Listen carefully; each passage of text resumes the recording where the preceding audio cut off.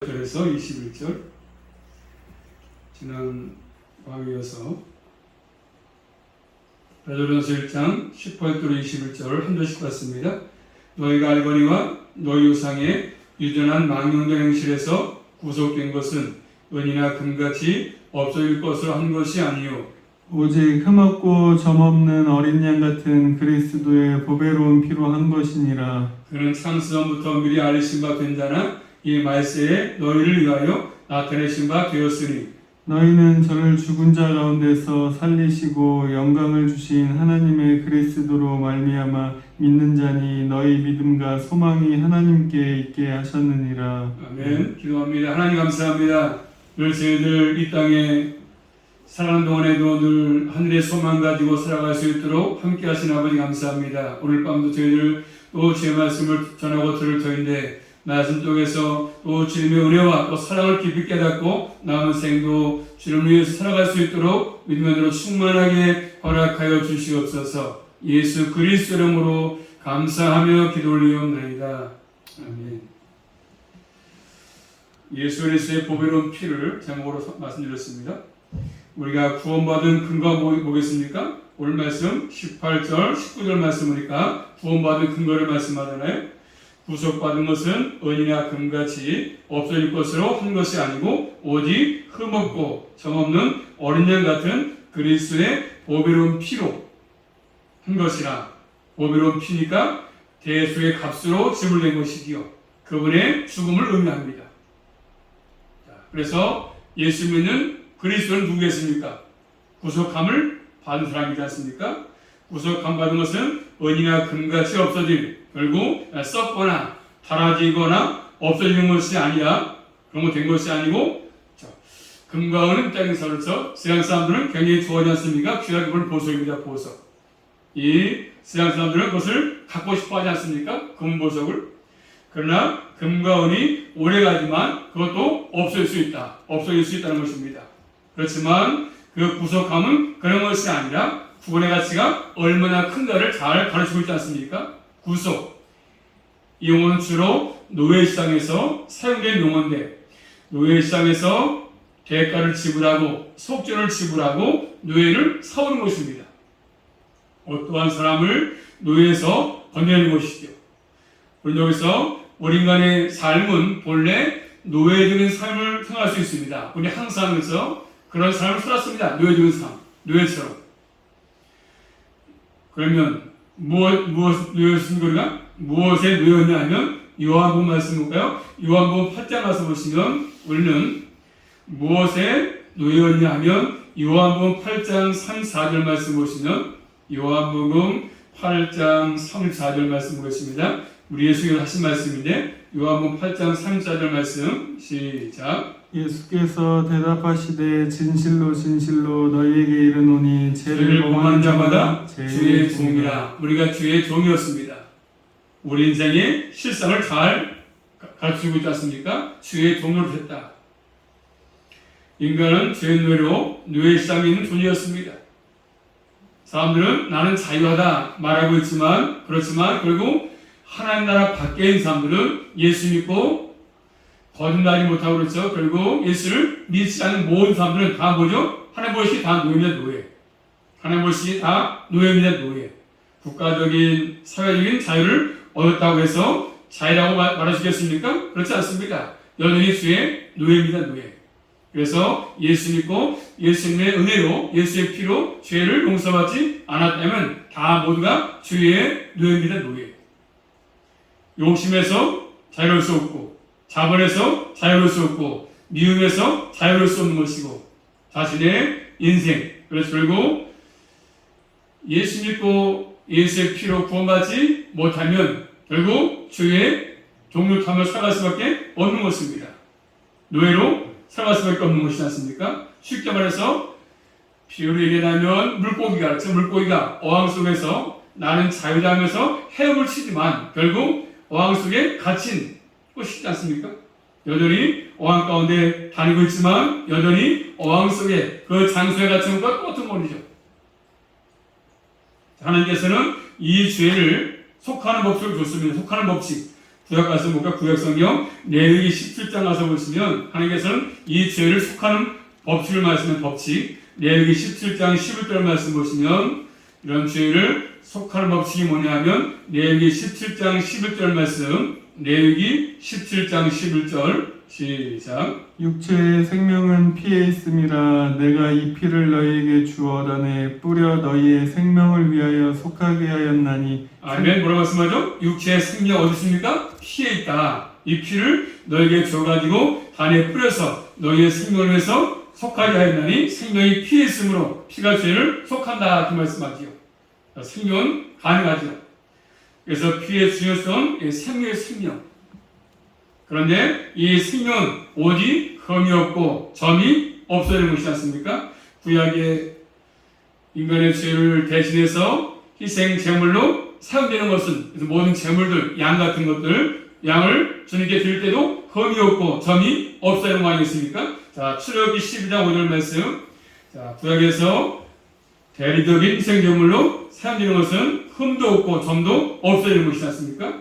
그래서 제물로 봤을 때 흠이 없는 것, 점이 없는 걸 들었습니다. 출애굽기 12장 5절 말씀, 출애굽기 12장 5절 말씀, 시작. 너희 어린 양은 흠없고 1년 된 수컷으로 하되 양이나 염소 중에서 취하고. 그렇죠? 흠이 없는 것으로 제물을 드렸습니다. 그렇지만 인간은 의인이 하나도 없지 않습니까? 모두가 죄 가운데 태어났습니다.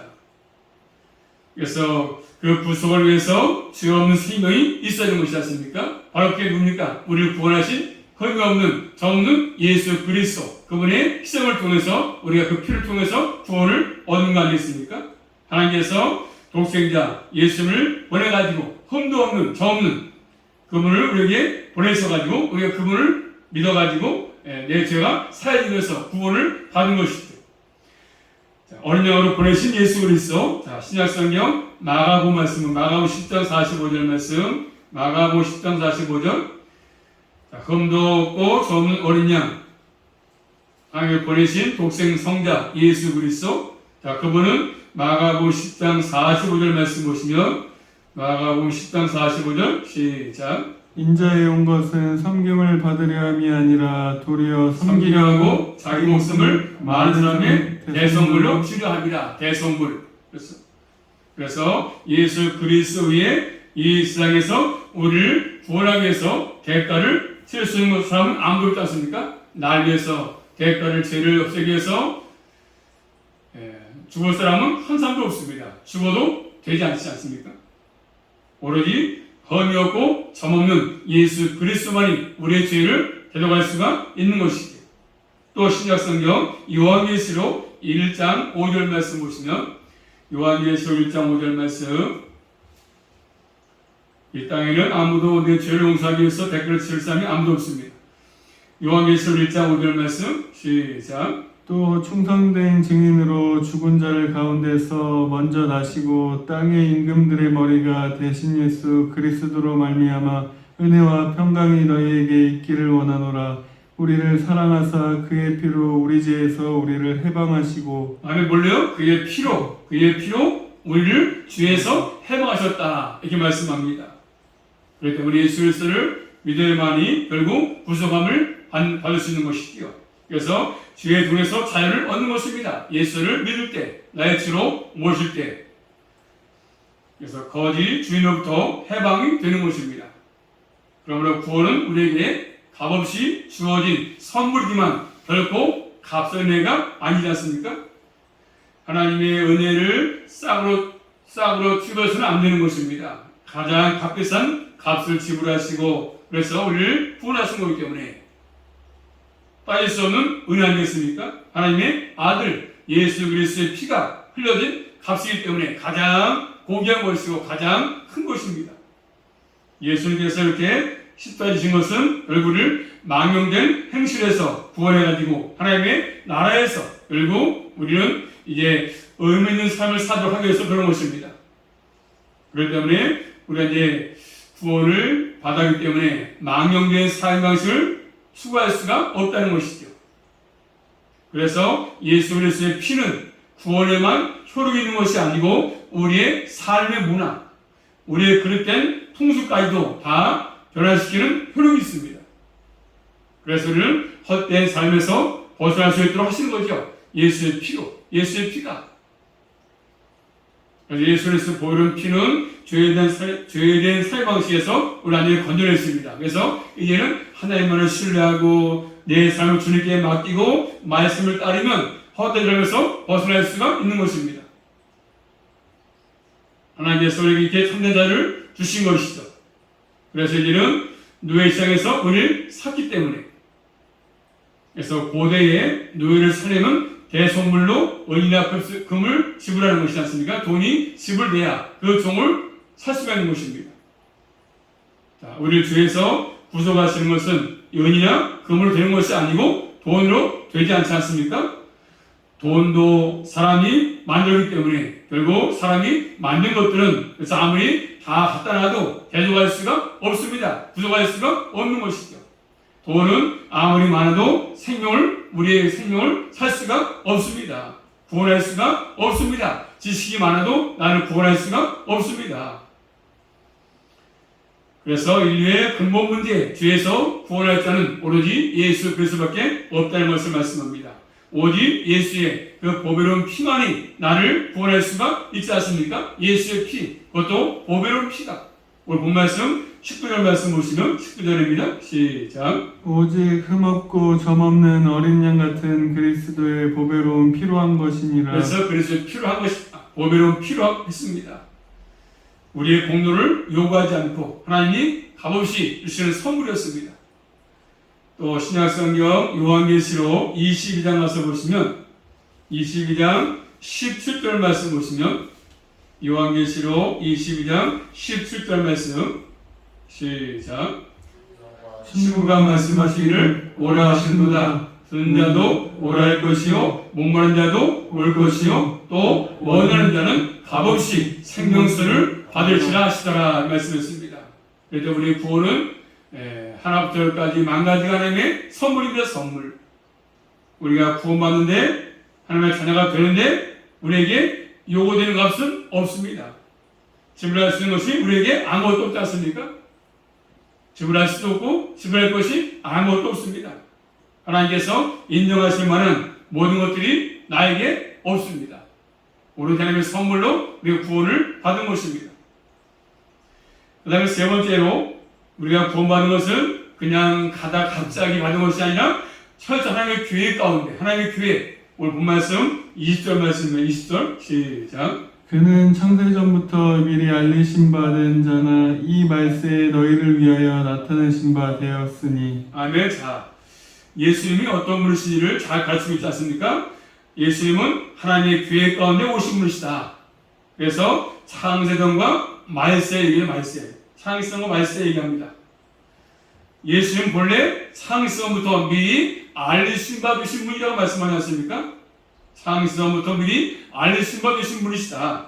자, 신약성경 요한복음 1장 1절로 3절 말씀 보시면 예수님은 본래 창세전부터 미리 알리신 바 되신 분이신데 요한복음 1장 1절로 3절 말씀 전하실 말씀이죠. 태초에 시작. 태초에 말씀이 계시니라. 이 말씀이 하나님과 함께 계셨으니 이 말씀은 곧 하나님이시라. 그가 태초에 하나님과 함께 계셨고 만물이 그로 말미암아 지은 바 되었으니 지은 것이 하나도 그가 없이는 된 것이 없느니라. 그렇죠? 예수님은 마리아의 뱃속을 통해서 성령으로 잉태될 때 처음으로 계신 분이 아니시고 이미 그 전부터 창세 전부터 영부터 계신 분이십니다.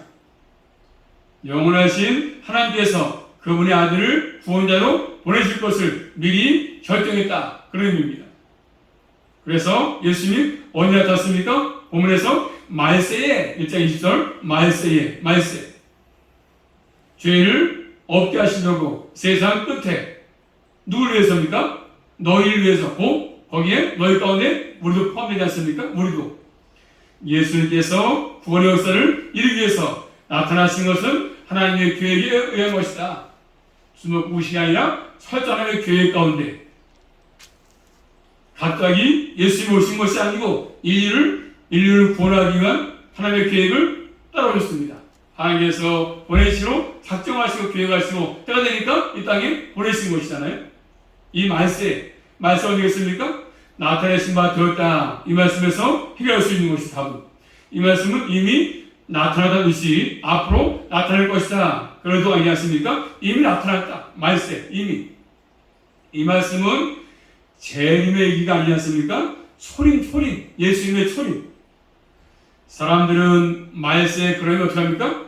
이제 이 세상 종말이 오고 예수님이 재림하신 때가 말세다. 그렇게 알고 있지만 말세 언제로 시작했습니까? 이미 예수님이 초림하실 때입니다. 초림할 때. 자, 그러면 예수님의 제자들은 자신들이 살세로 뭐라고 했습니까? 말세다. 자, 그럼 지금 우리 시대는요? 어떤 시대입니까? 지금 이미 시작된 말세에서 지금은 재림으로 가는 시대죠. 재림으로 가는 시대입니다. 재림. 시작된 말세에서 마지막 재림으로 가는 시대죠. 지금. 이런 의미가 가지고 교회를 종말한 공동체를 부른 것이죠. 자, 지금 우리 시대는 지금 말세. 우리는 지금 종말 구간 속에 살고 있습니다. 종말 구간. 그렇기 때문에 우리는 항상 긴장을 잊지 말고 진지한 긴장하는 가운데 진정한 삶을 사는 것도 필요합니다. 왜? 정말 마지막 재림 때니까. 말세 구간이니까. 정말 구간이기 때문에 언제 올지 모르기 때문에 항상 긴장하고 사는 것입니다. 자, 그러면서 이 본말씀 21절 말세를 사는 우리 그리스도인들은 어떠한 삶을 살겠습니까? 삶을? 자, 21절 시작. 너희는 저를 죽은 자 가운데서 살리시고 영광을 주신 하나님의 그리스도로 말미암아 믿는 자니 너희 믿음과 소망이 하나님께 있게 하셨느니라. 자, 말세에 사는 우리 그리스도인들은 어떠한 삶을 살겠습니까? 너희는 저를 죽은 자 가운데서 살리시고 영광이 뭡니까? 부활 승천이죠. 우편에 앉으신 것, 존귀 영광 받으신 것입니다. 주신 하나님을 그리스도로 말미암아서 믿는 자이기 때문에 이제는 너희 믿음, 소망이 하나님께 있다고 말씀하잖아요. 먼저 그리스도인들은 누구라 밝고 있습니까? 하나님을 그리스도로 말미암아서 믿는 자, 하나님을 그리스도로 말미암아서 믿는 자. 그냥 바로 하나님 나가는 것이 아니라 그리스도를 통해서 믿는 자죠. 그리스도를 죽은 자 가운데서 살리신 하나님이심을 그분에게 영광 주시고 믿는 것이지 않습니까? 그리고 이 말씀은 직통으로 하나님을 믿는 자가 아니라 그리스도로 말미암아서 하나님을 믿는 자를 말씀하지 않습니까? 우리 하나님 앞에 나갈 수 있는 길은 바로 나갈 수 없고 독생 성자 예수님을 통해서만이 나갈 수 있지 않습니까? 그걸 말씀합니다. 예수님을 믿는 신앙 고백 없이는 하나님을 믿는다고 말할 수가 없습니다.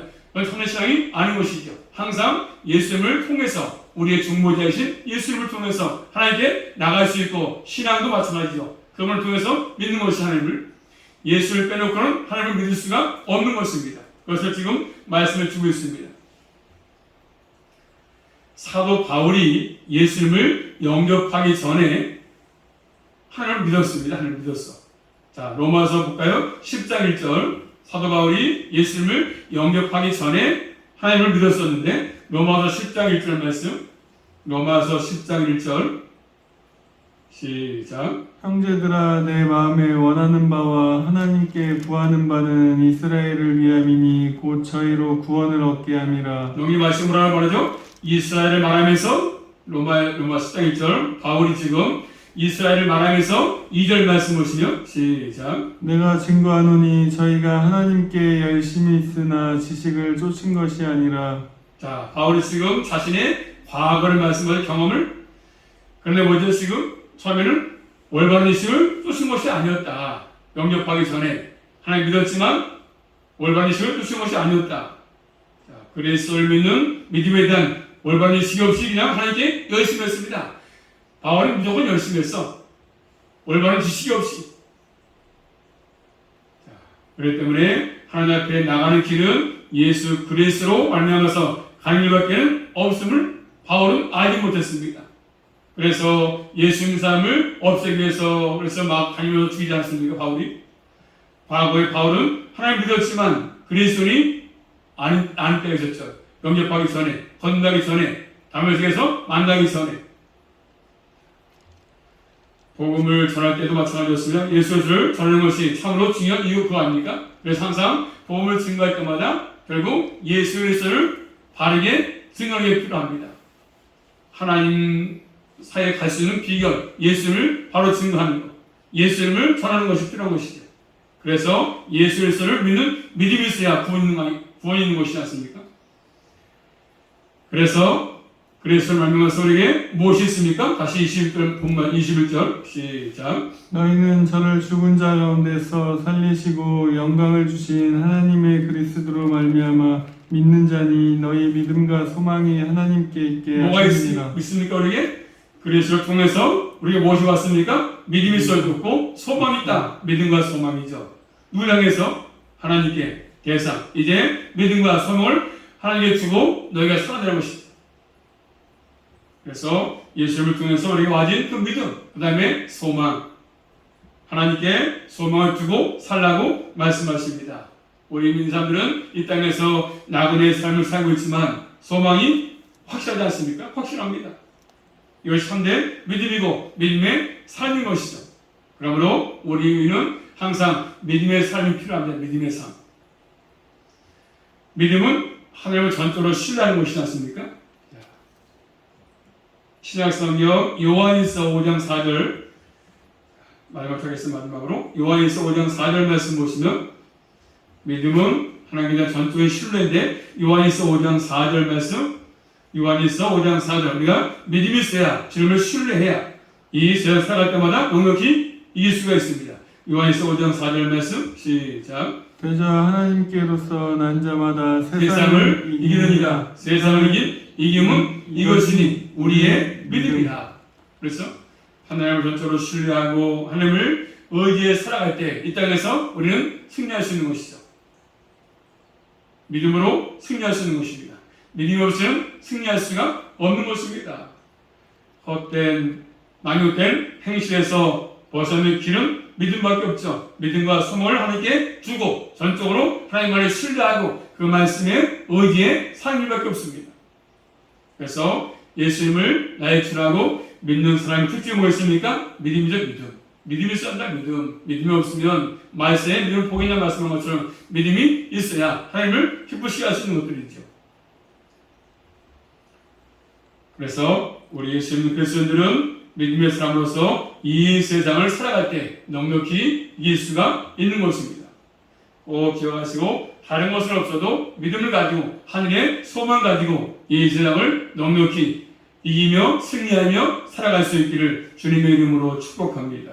기도합니다. 살아계신 아버지 하나님 감사합니다. 예수 그리스도의 보배로운 피로 우리를 구속하셔서 하나님의 자녀로 삼으신 거 감사합니다. 그러므로 예수 그리스도를 통해서 우리에게 와진 참된 믿음과 소망 가지고 남은 생을 살게 도와주시고 영원한 소망 가운데 일생을 살아갈 수만 있도록 함께 해주시고 이 일생 살아갈 때마다 믿음을 가지고 넉넉히 이겨나갈 수만 있도록 승리할 수만 있도록 함께 해주시고 한동안도 우리 모두를 기억하심으로 믿음으로 승리하게 진리 가운데로 인도하여 주시옵소서. 예수 그리스도 이름으로 감사하며 기도 올리옵나이다. 아멘.